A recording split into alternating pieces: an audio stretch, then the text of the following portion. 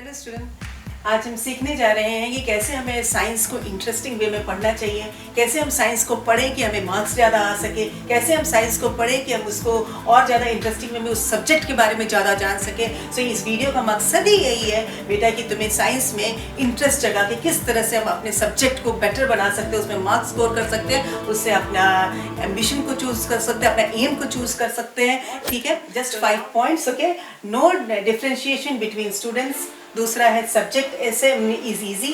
और तीसरा है it tells only about the surrounding. Okay, and fourth is taught in difficult manner, and fifth is how to read the science textbook. ठीक है, अब ये जो है 5 पॉइंट, इस 5 पॉइंट में भी तुम्हें क्लियर हो जाएगा कि तुम्हें साइंस को किस तरह से पढ़ना है, उसे समझ कर पढ़ना है, उसे मार्क्स लाना है या उससे कोई करियर बनाना है। ठीक है, तो सबसे पहला है कि कोई डिफ्रेंशिएशन नहीं होना चाहिए स्टूडेंट्स के बीच में। हमें कभी भी ये नहीं सोचना चाहिए कि हम साइंस में बहुत इंटेलिजेंट हैं। हमें ये भी नहीं सोचना चाहिए कि मुझसे तो अरे साइंस हो ही नहीं पाएगा, नंबर तो मिलता ही नहीं है। ठीक, जब भी एग्जाम देते हैं हमें मार्क्स तो कम ही आते हैं। ठीक है, ऐसा कभी दिमाग में भी नहीं लाना चाहिए।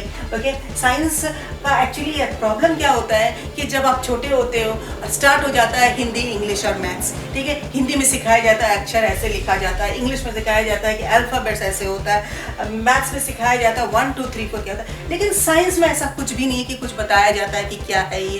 ओके, वो एक एज अ सब्जेक्ट तुम्हारे पास आता है and you start studying in that manner. तुम उसे पढ़ना शुरू कर देते हो। ये भी नहीं सोचते हो कि इसे हमें किस तरह से करूँ कि इससे हम इससे ज़्यादा इस सब्जेक्ट से एक्सट्रैक्ट कर सके। कुछ बच्चे ऐसे होते हैं उन्हें तो शुरू से ही इंटरेस्ट हो जाता है कि चलो ये साइंस है, सभी बोलते हैं साइंस बहुत अच्छा सब्जेक्ट है, हमें पढ़ना चाहिए। साइंस है, साइंस में तुम अच्छे हो, तुम बहुत तेज हो पढ़ने में। ठीक है, तो वो बच्चे क्या करते हैं कि कभी कभी वो समझते हैं, कभी वो रटते हैं, वैसे चलता चला जाता है। लेकिन सब हायर स्टैंडर्ड्स में आते हैं तो थोड़ा डिफिकल्टी का सामना करना पड़ता है क्योंकि उस लेवल बढ़ जाता है, इज़न्ट इट? तो जैसे ही लेवल बढ़ता है साइंस बहुत डिफिकल्ट है, यही दिमाग में आता है कैसे होगा आगे, कुछ समझ में नहीं आता। कुछ बच्चे ऐसे हैं साइंस तो कुछ है ही नहीं, बहुत हमें समझ में आ गया, बहुत अच्छा कर लेंगे।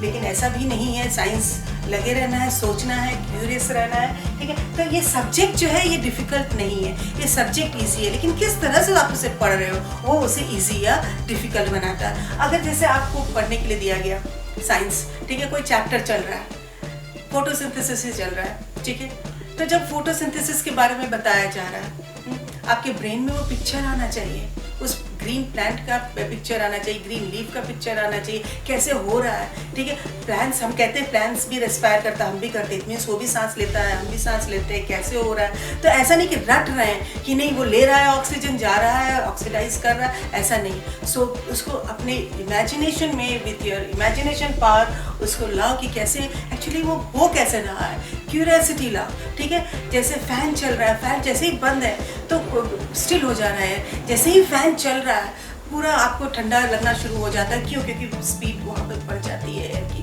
ठीक है, तो ये सब चीज़ क्यों बढ़ती है, किस लिए बढ़ती है, क्यों ऐसा हो रहा है, ये जो क्यों है that will lead you to study more and more of science. बस हो रहा है नहीं, क्यों हो रहा है, कैसे हो रहा है, उसको इमेजिन करके ब्रेन में, तो फिर आप उसमें क्या होता है, इंटरेस्ट आने लगता है, क्यों हो रहा है, किस लिए हो रहा है, हमें जानना चाहिए। ठीक है, ये क्या है आगे। Coming to the next point, tells about the surroundings only and about you, isn't it?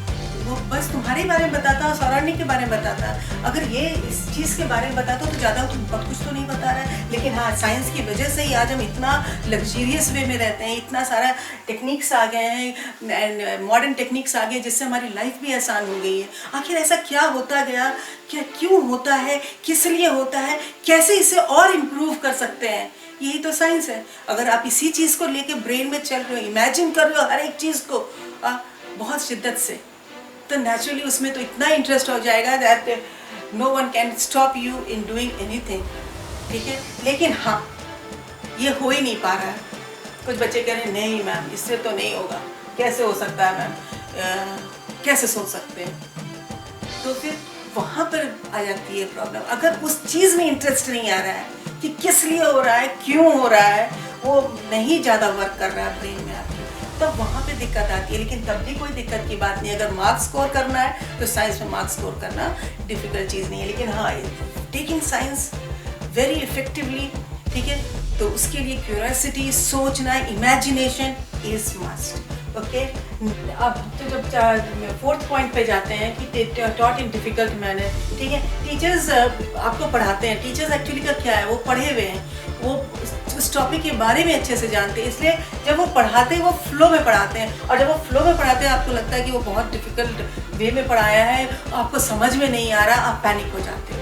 ठीक है, लेकिन पैनिक होने की कोई ज़रूरत नहीं है, क्योंकि आप अगर उस चीज़ को घर में जाके रिकलेक्ट करते हो कि टीचर ने क्या पढ़ाया, उन्होंने नोट्स दिया है, ठीक है, आपने उस नोट्स को पढ़ा, या फिर आप उससे अगर मेरा वीडियो को देख रहे हो और उससे आप पढ़ रहे हो, तो आपको क्या हो रहा है कि अगर आपको वहाँ पर नहीं समझ में आ रहा, लग रहा है कि डिफ़िकल्ट है, फिर से देख लिया। ठीक है, और उसके बाद फिर भी प्रॉब्लम आ रहे हैं, तो कैसे करके हम उस बुक को रीड करें कि हमें बहुत आसानी से समझ में आ जाए। ठीक है, तो सबसे बड़ी बात है क्या, एनसीईआरटी को लेना है, रिफ्रेशर्स को उस समय नहीं लेना है, क्योंकि रिफ्रेशर्स में क्या होता है, कोई भी चीज़ को बहुत बल्कि वे में लिख देता है, एंड इट इज़ बहुत सारे पोर्शंस भी ऐसे होते हैं जो आउट ऑफ सिलेबस रहते हैं, वो आपके लिए नया भी लग जा सकता है। तो व्हाट हैपन्स कि उसमें घबराहट होती है कि इसमें तो और भी ज़्यादा लिखा हो। तो सबसे बेहतर तरीका है क्या कि एनसीईआरटी का बुक लिया, उसका पीछे का क्वेश्चन आंसर्स कोशिश करने शुरू कर दिया करने का।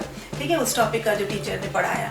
ठीक है, जब उसमें आप देखते हो तो आपको लगता है कि नहीं, मैम ने जो पढ़ाया है उसका तो कुछ पोर्शन हमें आता है, ऐसा नहीं कि हमें कुछ भी नहीं आ रहा है। ठीक है, तो फिर आप क्या करो, लेकिन उसमें ऐसा भी तो है कि बहुत कुछ आपको नहीं आ रहा है। ठीक है, तो आपने फिर से कोशिश किया मैम का नोट्स पढ़ने के लिए, या अगर मेरा वीडियोस भी जा रहा है, आप पढ़ रहे हैं उससे अगर, तो आप उसको फिर से निकाल के देखिए।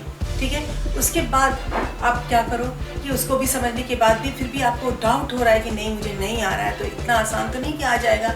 इसलिए आप क्या करोगे कि आप जो ब्लैक बोर्ड्स में लिखे रहते हैं, ठीक है, एनसीईआरटी में, उन वर्ड्स को आप, उन लाइन्स को पढ़ना। ठीक है, उसको पढ़ने के बाद को रिलेट करो मैम ने क्या पढ़ाया। ठीक है, उसको को रिलेट करते ही कि आपको बहुत सारी चीज़ का सोल्यूशंस मिल जाएगा।